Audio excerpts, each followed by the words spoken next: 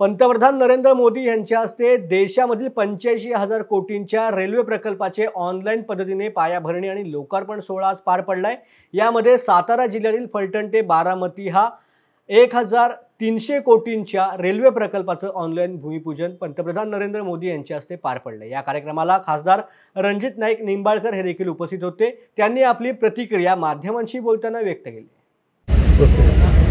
नमस्कार। आज 12 मार्च 2024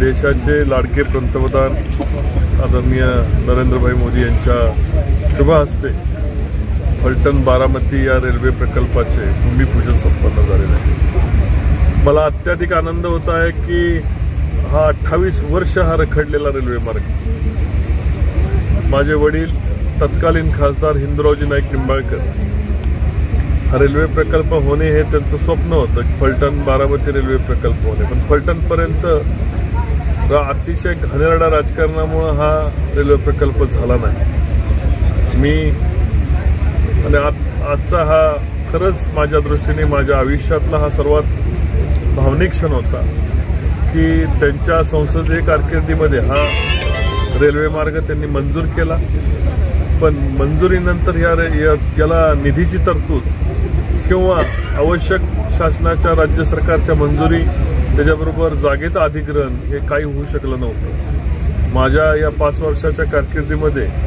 देशाचे पंतप्रधान आदरणीय मोदी साहेबांचा आशीर्वाद या रेल्वे प्रकल्पाला मिळाला।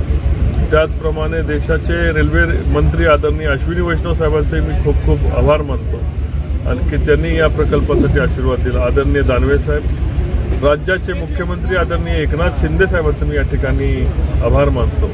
त्याचबरोबर राज्याचे उपमुख्यमंत्री तसं या प्रकल्पाचा ज्यांनी खऱ्या अर्थाने या प्रकल्पाच्या पाठीमागे ज्यांनी आपली ताकद उभी केली ते राज्याचे उपमुख्यमंत्री माझे नेते, या राज्याचे लाडके नेते आदरणीय देवेंद्रजी फडणवीस साहेब, माननीय अजित पवार साहेब उपमुख्यमंत्री महाराष्ट्र राज्य, या सर्व नेते मंडळींचंही मी खऱ्या अर्थाने मनाने त्यांना शुभेच्छा देतो आणि त्यांनी या प्रकल्पासाठी आपला ताकद लावली आणि म्हणूनच हा रेल्वे प्रकल्प आता प्रत्यक्षात त्याची पायाभरणी होऊन उद्यापासून याचं काम चालू होतं आहे।